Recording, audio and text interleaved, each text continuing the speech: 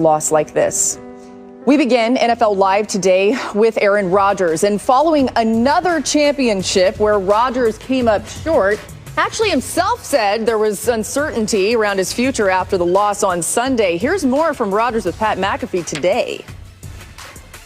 I don't feel like I said anything that I hadn't said before. I said it the first time I talked to the media. It was more a realization, I think, that ultimately my future is not necessarily in my control. And I think that was what just kind of hit me in the moment. I was thinking about, Aaron Jones and Corey Linsley and other guys we have under contract, Big Dog, guys who I don't know what their future is going to be, and myself included. Now, obviously, after the season that I had and, potentially win an MVP, and, we obviously made it another good run, I don't think that there's any reason why I wouldn't be back. But, look, I think there's not many absolutes, as you guys know, in this business. And to me, a reality, not a certainty or an absolute, is that my future is not in my hands. I don't think that there's any reason I wouldn't be back. That was what you just heard Aaron Rodgers say. Let's start with you, Adam Schefter, as Mina Kimes, Marcus Spears, and Dan Orlovsky is here today as well. You had told us yesterday that a lot of this lies in Rodgers' own hands. After hearing what he said today, what else can you add, Adam? Well, it's interesting. I think today he tried to minimize the idea that gained some steam yesterday because he opened it up on Sunday saying that his future was unresolved. It was a beautiful mystery. We didn't know.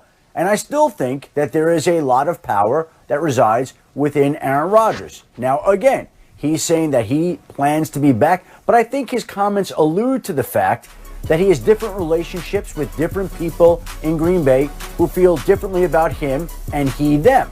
So it's not just a simple situation of, oh yeah, you could tell that there's a question in his mind. He thinks he'll be back, doesn't know he'll be back. That's the reality of the NFL, where there are, as he said, very few absolutes in the NFL from year to year. Yeah, Adam brings up a good point, Dan. It feels like Aaron Rodgers was kind of trying to minimize, walk it back a little bit, and yet he still didn't come out and say, oh yeah, I'm a Packer for life, right? So there's still uncertainty. What's your reaction to what Rodgers said today?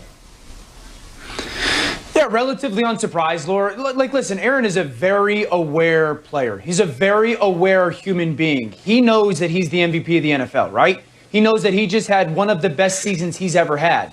And so for him to make the comment, like, I think I'll be back, is just being realistic and understanding, like, they drafted a kid in the first round last year.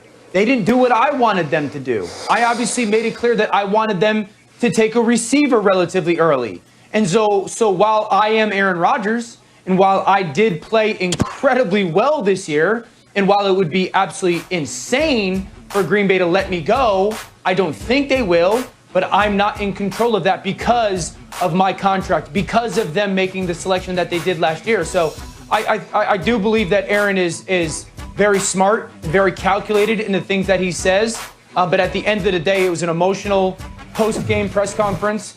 And he does reference both their starting tailbacks aren't under contract. His number 2 receivers, not under contract. His starting tight ends, not under contract. His starting center, not under contract. So I think he's just referencing, like, there's a lot of question marks tied to this really good football team. Mina, is Aaron Rodgers trying to put some pressure on the Packers here and say, give me some weapons, sign these guys? Is he using the media? Is he using us right now to try and get this message out there to them? I feel like I'm back in school, like close reading his comments, trying to analyze the text. But as Dan said, Aaron Rodgers is a very thoughtful, intelligent guy. When he says things and he makes comments, he makes them for a reason. I do think it's noteworthy that he mentioned some, looming free agents that he would very much like to remain on the Green Bay Packers. And I don't blame him. Drafting Jordan Love was a mistake. I think there's no way around it. I understand the Packers, like other teams, want to think long-term, plan for the future. You always want to be looking for quarterbacks. But they took him in the first round, and he didn't play, or, meaningful snaps. He was not useful to this football team. Aaron Rodgers is absolutely correct to be frustrated with that decision. Okay, it was a bad one. So here he is now, returning to Green Bay. We don't have to write any more fan fiction about him in San Francisco or wherever. He's going to be a Packer next year. But he would like to influence the shape of this roster going forward. Okay. That's my big takeaway from his comments, and I don't blame him. So it was my senior year. We were in Florida about to play the last bowl game, and we went to a theme park. And this theme park had wonderful turkey legs. It was a great place to go and ride roller coasters. It was a great place to just enjoy yourself. And here's the thing. A lot of my teammates, okay, laughed and chuckled about me not getting on roller coasters. I don't ride roller coasters because I don't want to die doing something I didn't have to do. That's the reason I don't ride roller coasters. So I'm down there with my wife now, but was my girlfriend at the time. And we eating and looking up at my teammates be stuck on this roller coaster for 30 minutes because they had a mechanical issue. I'm going to bring this home by telling y'all this. There ain't no way in hell I'm about to ride this Aaron Rodgers roller coaster with y'all. I ain't talking about this, what he feeling, what he think gonna happen. I'm not about to continue to be on this. The bottom line is this. When Aaron Rodgers said his future was unknown, that's the part that raised my eyebrows. Because believe it or not, America, Aaron Rodgers does control his own future. Because if Aaron Rodgers does not want to play with the Green Bay Packers, he's not going to be playing with the Green Bay Packers. That is it. I'm off the roller coaster. Mina and Dan, everybody else that want to talk about it, y'all enjoy it. I ain't about to go up and down with it. Yeah, I mean, we will be talking about it, you know, if Aaron Rodgers continues to. So, Marcus, we will leave you off the roller coaster there. By the way, I don't like roller coasters. Just leave me off of it. But it's only because I'm worried someone's eating a big lunch and it might end up on me during the ride. Let's talk about something else that happened during this little conversation with Pat McAfee and Aaron Rodgers. He brought up Dan Orlovsky, and let's take a listen. Oh, goodness. Yeah, he's a big TV guy now, huh? He's awesome. He is absolutely come a long way from UConn, you know, in that Elite 11 camp where I met him. Come a long, long way.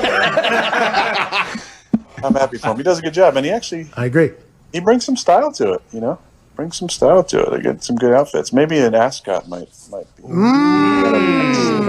la C. Wood, huh? The best is Mina is yelling, "Oh no!" with everything they said about your style, Dan. Wait. Dan, wait, do you know Rutledge. what an ascot is? I was literally just going to go whispers. An ascot is. Yeah, Mina. What? Mina, will you explain? You don't know what an ascot is? Will somebody explain to Dan what an ascot is? I grew up wearing. What's wrong with you, Listen, man? first of all, Mina pulls out an ascot right I grew up now. wearing sweats. Tuck it into your shirt. I wore sweats every day. Yep, that's it. Second of all, there you go, Dan. You can't get emotional on television anymore if you won't ride roller coasters. Okay, like that, we're excluding you from trying to intimidate us with yelling at us when you won't go 50 feet in the air. Dan, an ascot is kind of like that napkin that Mina has wrapped around her neck. Dan can't see it right now, but we're going to show you in the break, Dan. Don't worry. We're going to show you in the break. Guys, we're just getting started on NFL Live. We got so much more coming your way, including Matthew Stafford and the Detroit Lions have decided to part ways, but there are plenty of suitors out there for the veteran QB. Why Stafford could have a new home sooner than you think. And, of course, we all know about what the Chiefs offense has to offer, but don't forget about their defense. Why Kansas City's secondary could be very scary for Tom Brady. So much more coming your way on NFL Live. We're going to keep explaining things to Dan Orlovsky live. And obviously the story with the Chiefs most always is Patrick Mahomes and offense related, but en route to a Super Bowl last season, the Chiefs defense started to shine, and it's shades of the same this year again as Kansas City back in the Super Bowl and their defense playing at a very high level at the right time. So let's talk a little more about that. Kansas City's defense wreaked havoc on the Bills' offense and Josh Allen on Sunday, but the pressure they got shouldn't come as too much of a surprise. Here's why. This season, the Chiefs' defense has recorded a pressure percentage of 35.8%, including the playoffs. That's good for the highest pressure percentage we've seen by a defense in a season since we started tracking this whole thing back in 2009. So, Mina, how did this Chiefs defense shut down Josh Allen on Sunday? Well, Laura, it wasn't just the pass rush. What we saw was kind of history repeating itself, because it's the same thing that happened last season down the stretch, which is that the secondaries heated up at the right time. All game long, playing very sticky coverage, confusing Josh Allen pre-snap. Look, we talk a lot about Tyrann Mathieu, rightfully so. The Honey Badger's one of the best defensive players in the NFL. But when I'm watching the game, I take down notes every time a defensive player makes a flash play. I wrote 22 over and over and over. That's Juan Thornhill, the other safety. He came into this season off the injury, and I'm not gonna lie, he struggled through a lot of the regular season, but he had the game of his life against Buffalo. He was physical, disciplined, and his presence on the field, grounding that secondary, it allows the Honey Badger to roam and do what he does best. Steve Spagnuolo's done a heck of a job with this unit, and they're as scary as they've been all year headed into the Super Bowl. Yeah, I mean, going into the weekend, I actually sent out a tweet I think people are misrepresenting the Chiefs defense. Over the last 9 or 10 games, they had given up an average of 20 points, playing a lot better than people thought. I also think this secondary has become a top 5 secondary in the NFL, both personnel-wise and then kind of scheme-wise. And if you look at down on the goal line, right, 4-man rush out of this Chiefs defense. So right now as a quarterback, you're not thinking any kind of pressure, man-to-man on the outside. But watch Tyrann Mathieu. When you're dealing with pressure, it's either is there intent or a threat. Just watch his movement. Watch his movement right there. See that intent right there. Now watch Josh Allen backpedal. He's backpedaling like it's an all-out pressure, 7, 8, 9 yards behind the line of scrimmage. 2 guys are wide open, but that ball gets forced out of his hands, I think because of the intent of Mathieu. And then watch this clip. RPO defense, vision on the running back. Mathieu can drop down front side, right? Now man-to-man on the outside, but watch Juan Thornhill. He's going to keep his eyes on the slot receiver, Cole Beasley. And that slot defender plays outside leverage. Well, Thornhill's waiting for that in-breaking route, and he's going to drive on it. When that happens, that slot defender's going to fall off. He knows something comes in, something's coming from the outside. He falls off, tip up, interception for that defense. And so you saw Tyrann Mathieu just kind of that intent of here I'm coming. I think spooks Josh Allen to backpedal and think I'm getting all out pressure, get off the field, field goal forced. And then that RPO defense, the way that they passed things off and played the proper coverage versus what the concept was, it was so impressive to watch. And that defense showed up this weekend. And it's not an anomaly, y'all. We talked about last year when this defense had their moments in the playoff run. Obviously, giving up big leads and then giving up 0 after that and allowing Patrick Mahomes and that offense to come back and win those games. But two, y'all talked about the second level, the rush, the pass rush. We know how important it is when you get to this point. Because here's the thing people have to remember. Every quarterback you playing now is good. Every one of them can hurt you, usually when you get to these points. And they've had the opportunity to not only up their level of play, but I go back, and I'm going to keep saying it until the season is over. Our own Mina Kimes said, it's coming. The Kansas City Chiefs stars show up. They did against the Buffalo Bills.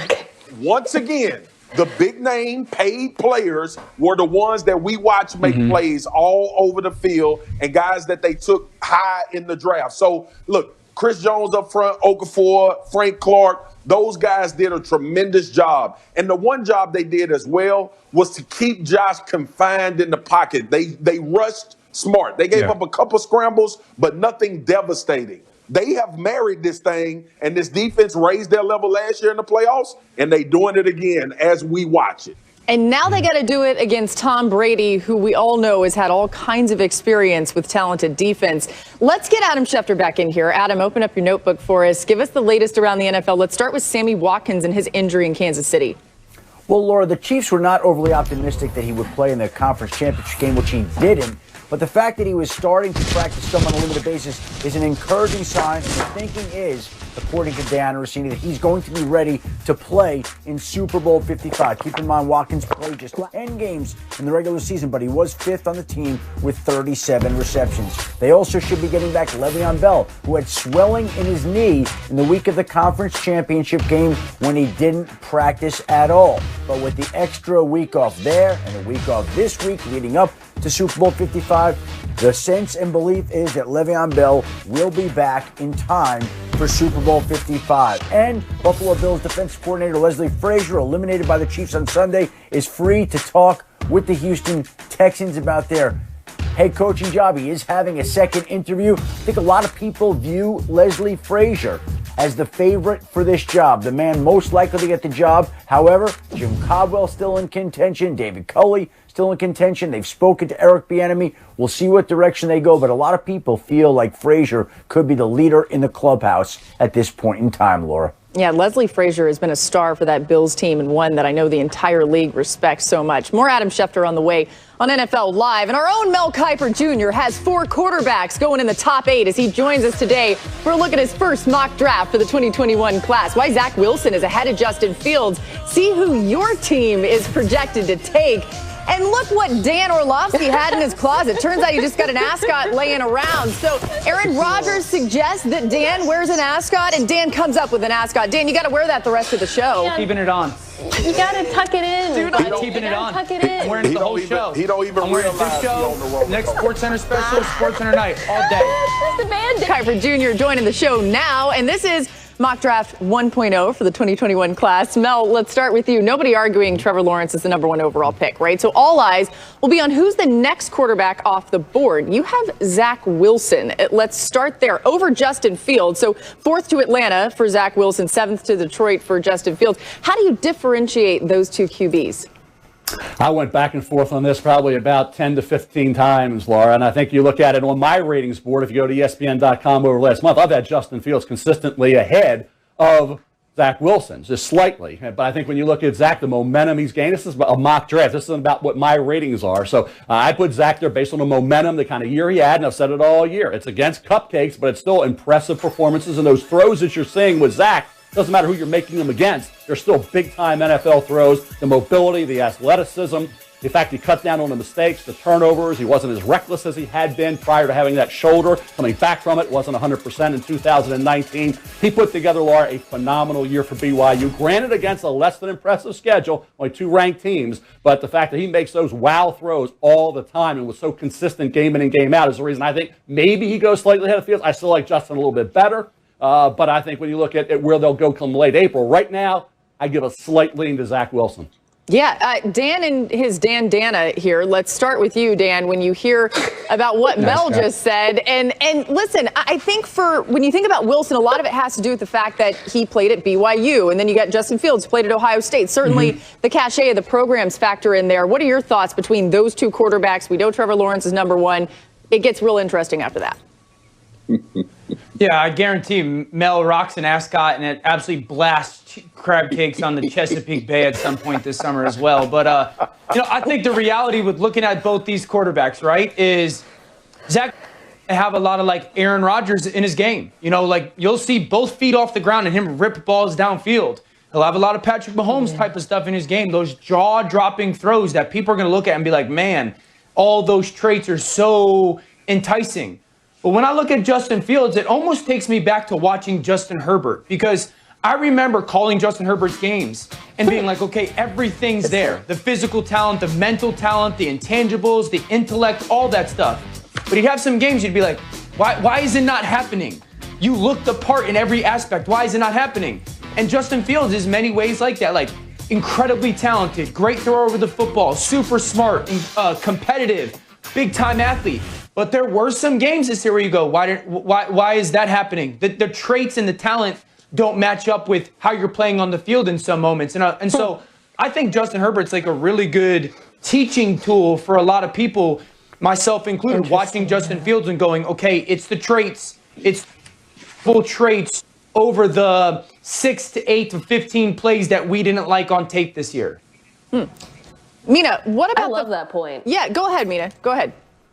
Oh, yeah, I'm about to give a compliment to Dan, even though that's not an ascot. You look like the world's least intimidating bank robber right now. But you did make a very good point, Dan, about Herbert and sort of the lessons there, because, I think similarly to Herbert with Fields, it really is all about where he ends up. It's the traits, but it's also the destination and the infrastructure. We're going to spend a lot of time talking about those two young quarterbacks and where they should end up.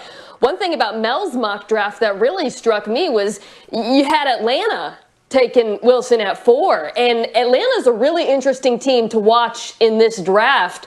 Mel, I think you would agree, because they already have a quarterback, and financially, he cannot leave this team next year. So if they were to take another quarterback, Zach Wilson, at 4, you're talking about the Falcons committing nearly $50 million in cap space to the quarterback position next year with a win-now roster, but they'd be allocating valuable draft capital to a player who's not helpful in 2021.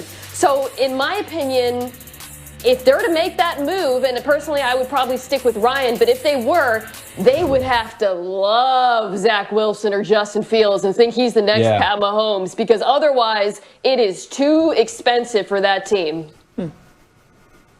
I would just say this to me that I think when you look at... Go ahead, Mark, Mel. go ahead. Mel, what do you see the depth like in this draft outside of the quarterback position? Like, how is that? You got a lot of quarterbacks going in the first round. Does that have anything to do with the rest of the positions and how many guys are first-round talents at that? No, I think they're forced up every year, Marcus. You think about the quarterbacks; they always get pushed up the board. Everybody needs them. I think to Mina's point about Atlanta, that, you think about the age of Matt Ryan up there at 36. Aaron Rodgers was in Green Bay. They drafted Jordan Love, not with a 4th pick, later in the first round. But I think you have an heir apparent there and somebody you can move on with maybe in year 2. And I think certainly Justin Fields could be in this mix as well. Justin Fields, 2019 season, going back to Dan O's point, 2019, Justin Fields was better than Zach Wilson was this year. So you look at those numbers, 41 touchdowns for Justin, 3 picks, rushing yards almost double what Zach had, and they're both very athletic. Okay, touchdowns, rushing touchdowns, exactly the same. Completion percentage was 67 for Justin, 73 for Zach, but the competition was different. So this is a tough debate. I just think momentum right now, when you talk about mock draft, maybe on the side of Zach right now. It's a long time to late April. I still rate, in my own ratings, Fields slightly ahead of Wilson. And you can't forget about Trey Lance and the talent he has at North Dakota State. He played 1 game. Wasn't great throwing, was great running, brought them back for a come-from-behind victory. He's in there. And then, of course, Mac Jones at Alabama. So, to your point, Marcus, I think it's really going to be a strong draft. The opt-outs are going to be the tough evaluations, and those are the kids that are going to be really factored in when you say, okay, you go with a kid who played and played well. The opt-out might have played a little bit better, might have a little more talent, but you haven't seen him for a couple of years. I think that whole opt-out situation really complicates matters when you talk about evaluating players this year. Yeah, and Mel, that's why the Senior Bowl is so important this year, too, with no NFL Combine. And you think about, this is your mock draft 1.0, like you told us. I can't wait to see your next one after things change a little bit after the Senior Bowl. This year, so much more weight being put into the Senior Bowl. Why is that? Because of the opt-outs and this uneven season, and some guys, Dylan Radins, the left tackle for Trey Lance at North Dakota State, will be down there. Dylan Radins played 1 game against Central Arkansas October 3rd. Nico Collins, wide receiver, Michigan, led the Big Ten with a 19.7-yard average per catch. Didn't play this year. Ambry Thomas, cornerback, Michigan, real good in 2019. Didn't play this year. You think about Jamie Newman, good year at Wake Forest in 2019, transfers to Georgia, doesn't play. He's down there. So we'll see how those guys play in Mobile. That'll go a long way in determining where they go in late April. Mel's day not even close to being over yet. He's front and center over on ESPN2 at 5 Eastern, right when our show's done. Just flip right over there. Wall-to-wall coverage of his latest mock draft. Thanks so much, Mel, for joining us. We'll see a lot more of you on NFL Live as we get closer and closer to the draft. Let's get to another quarterback who the league is very familiar with. Matthew Stafford and the Lions have agreed to move on from each other, which adds another wrinkle in an already fascinating offseason when it comes to the quarterbacks. It's like musical chairs. It's already begun in the National Football League. And this thing's about to get wild. Look at this from Adam Schefter yesterday. Stafford, not the only quarterback on the move. This is Schefter's tweet from yesterday. He says there could be over 18 quarterbacks hanging in the balance, changing teams this offseason. That could definitely make one of the most interesting offseasons in NFL history. So, Adam, let's start with you and the timeline for Matthew Stafford getting out of Detroit. How much time is really factoring in here? Laura, I think the timeline on Matthew Stafford is a lot quicker than any other quarterback this offseason. it's already out there that he's moving on. The Detroit Lions have made that decision with him. They're already listening to calls from teams that are calling in and trying to see what it would take for Matthew Stafford. Now, again, no formal offers, but discussions about how quickly this could happen, what it might take. And so conversations in terms of trading Matthew Stafford are underway. Now, the trade cannot be processed until the middle of March when the new league year begins. But if you remember when Alex Smith got traded, the agreement was reached between the Washington football team and Kansas City the week of the Super Bowl, and then was processed 6 or so weeks later, and Alex Smith became a member of the Washington football team. And I think you're looking at a similar timeline here, where in the next couple of weeks something could be agreed to and then would be processed when the new league year begins in mid-March.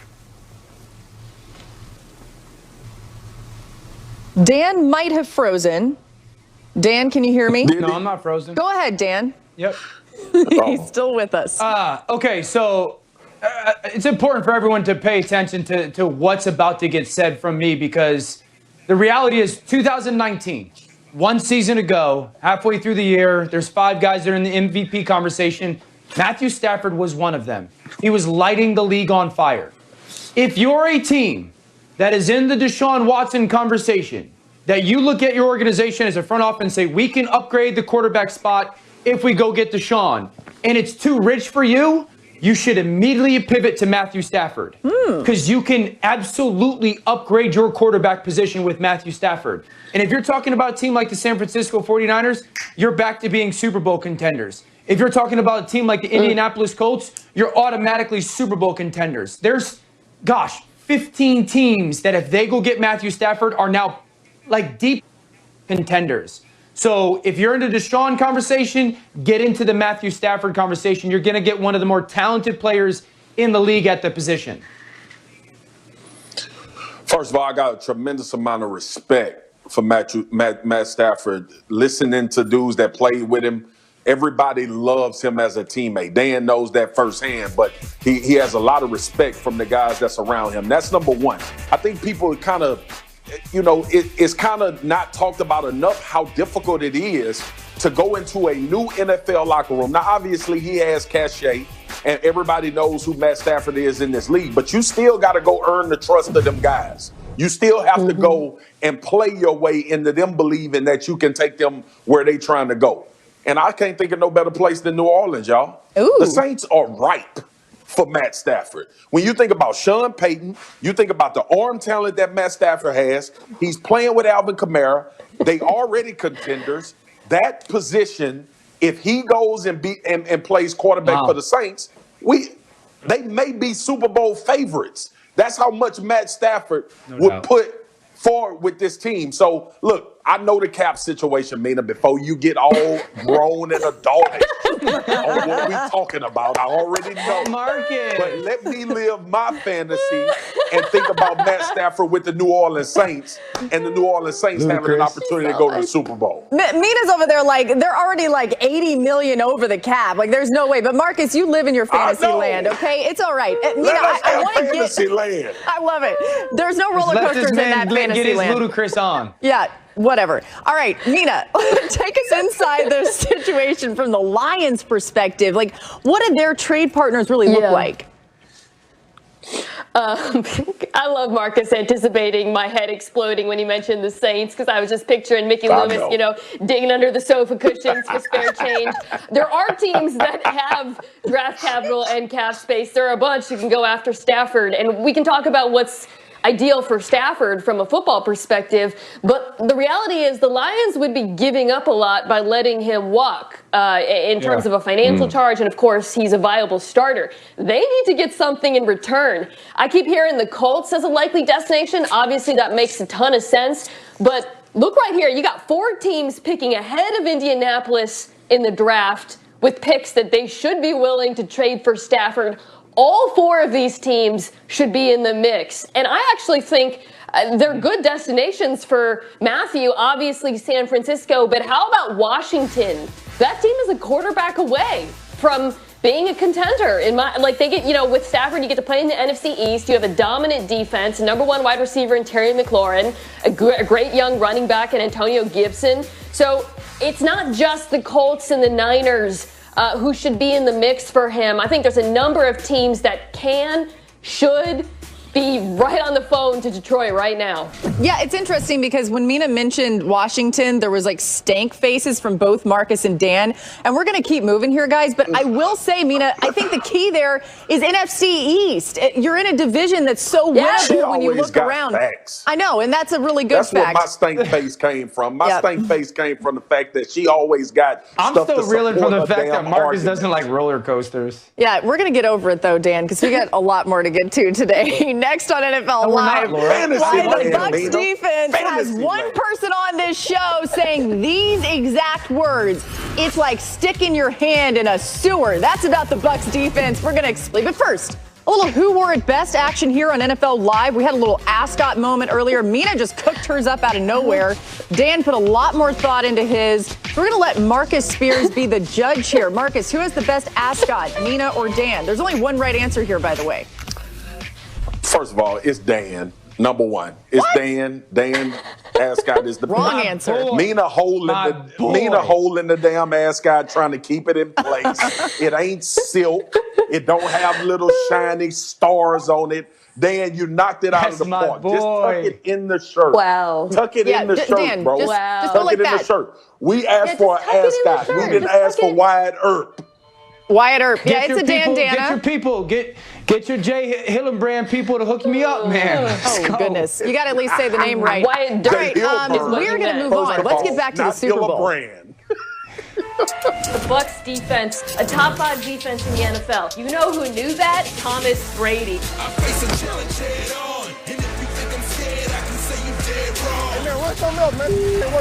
Intercepted ball, picked off by Sean Murphy, bunting, picked off down the sideline, touchdown Tampa Bay! I just go insane, I'm in my own lane, I'm at the top of my game. Take over the game. Breeze dropping as the pass, oh, it's intercepted, picked off by Devin White. We played to dominate. Gravedigger just sounded like a good name for us.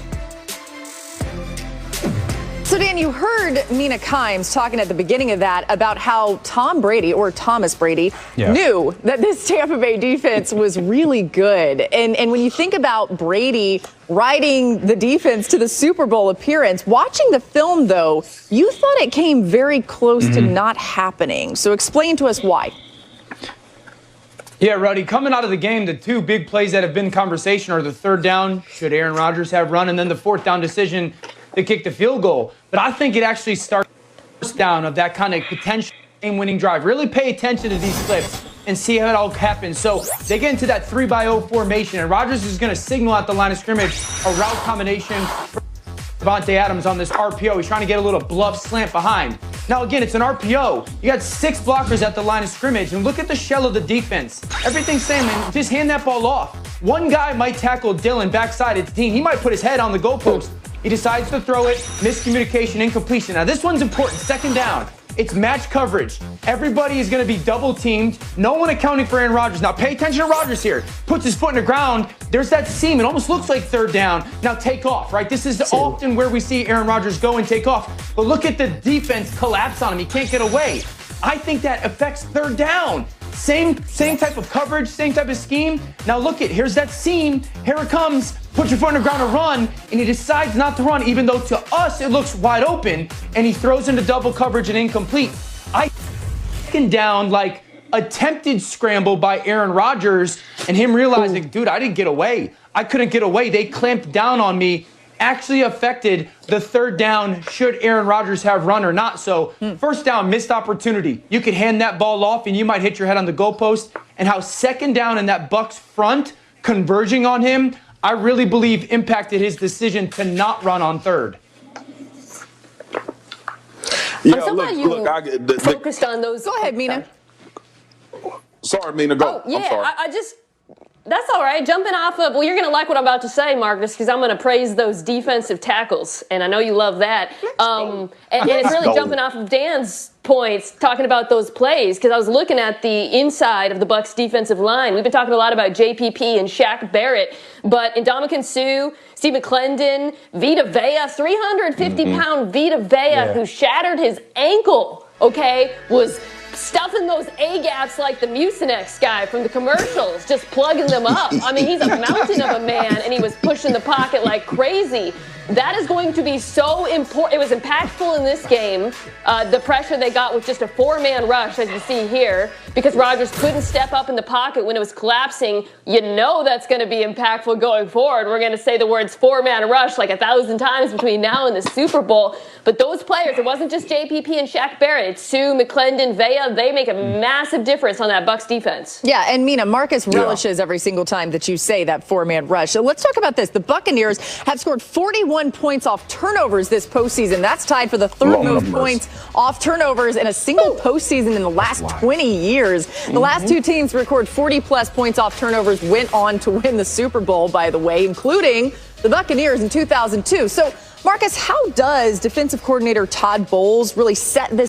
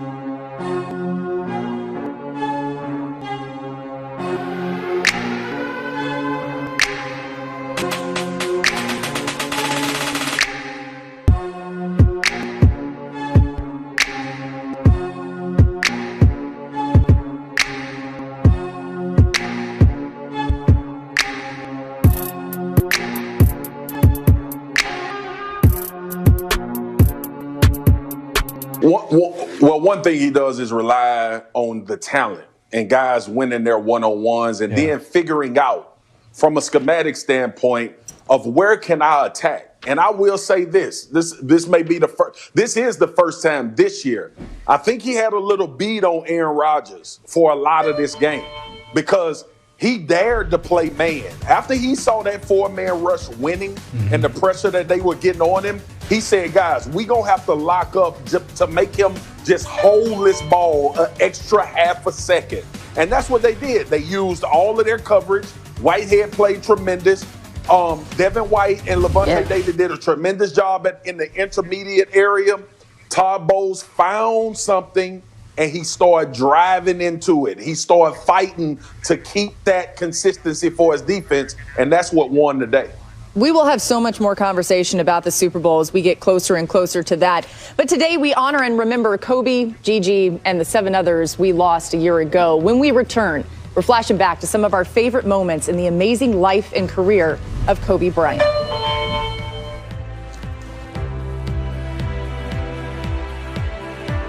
Thing before we go, and it's been a year since we lost Kobe and Gianna Bryant, and still doesn't feel real.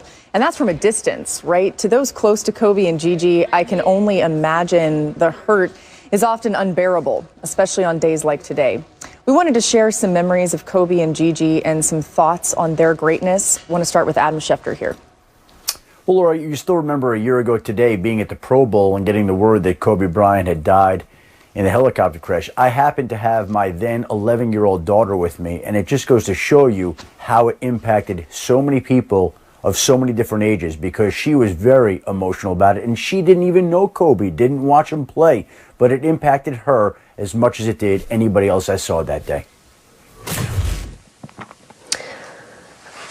So this news broke right before the Super Bowl, and I think what struck me, or what strikes me about the memory, is how affected so many NFL players were who were inspired by his career, some who knew him personally. I remember Richard Sherman talking about it during Media Week in Miami. Tyrann Mathieu, Frank Clark called him his idol. Clearly, this is an athlete whose legacy transcended sports and continues to do that to this day. Listen, for me, I'm taking it on the court because it's so many memories, especially the father-daughter, but 60 in his final NBA game, 22 for 50 from the field goal. Vintage Kobe. Give me the rock and everybody move out the damn way. I'm about to do this thing. He put a magnificent performance for his last one on the court, and we'll all remember that one.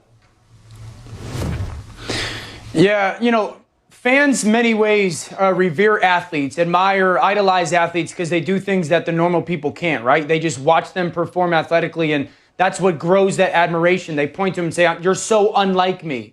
But when I remember hearing Kobe talk about his daughter and the love that he has for his daughters, and saying that the daughters were going to carry on his